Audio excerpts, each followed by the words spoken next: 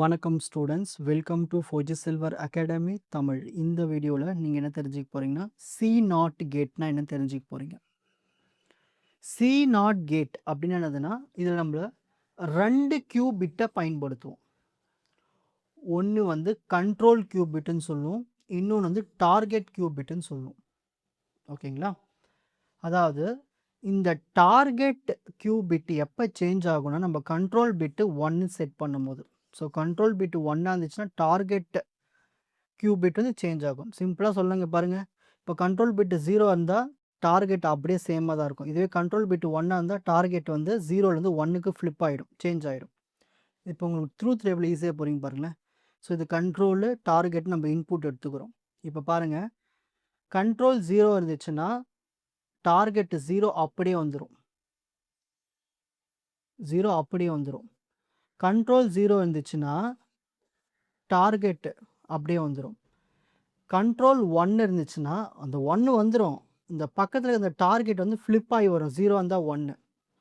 இப்போ கண்ட்ரோல் 1 இருந்தால் 1 அப்படியே வந்துடும். இந்த பக்கத்தில் இந்த டார்கெட் வந்து ஃப்ளிப் ஆகி வரும். 1 இருந்தால் 0. இப்படி தான் வந்து சி நாட் கேட் ஒர்க் ஆகும். இதுதான் அப்படியே எடுத்து ரெப்ரசன்டேஷன் எழுதியிருக்கும். சி நாட்டு 0 0 0 1 1 0 1 1. ஸோ அதோட ஆன்சர் எடுத்து அப்படிங்கிறது வேண்டியது தான் ரெப்ரசன்டேஷன். நெக்ஸ்ட் இதுக்கான சிம்பிள் பார்த்துட்டிங்கன்னா உங்களுக்கு இதில் 2 இருக்குது. கண்ட்ரோல் இருக்குது, டார்கெட் இருக்குது. ஸோ இதுதான் கண்ட்ரோல், இதுதான் டார்கெட்.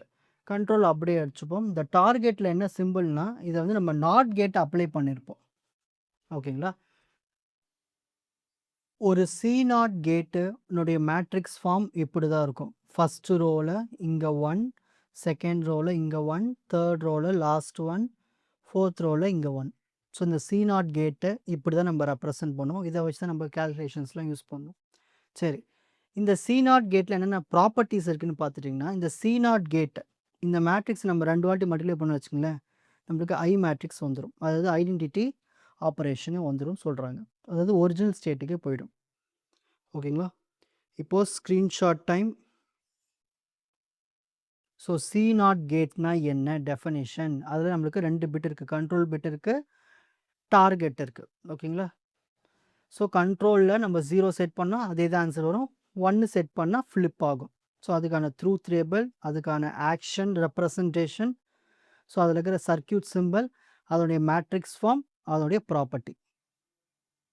உங்களுக்கு இந்த கண்டென்ட் ஈஸியாக புரிஞ்சிருக்கும்னு நினைக்கிறேன். வாட்ச் அதர் எபிசோட்ஸ் இன் த appropriate playlist. Fauji silver academy strength success clarity. வணக்கம்.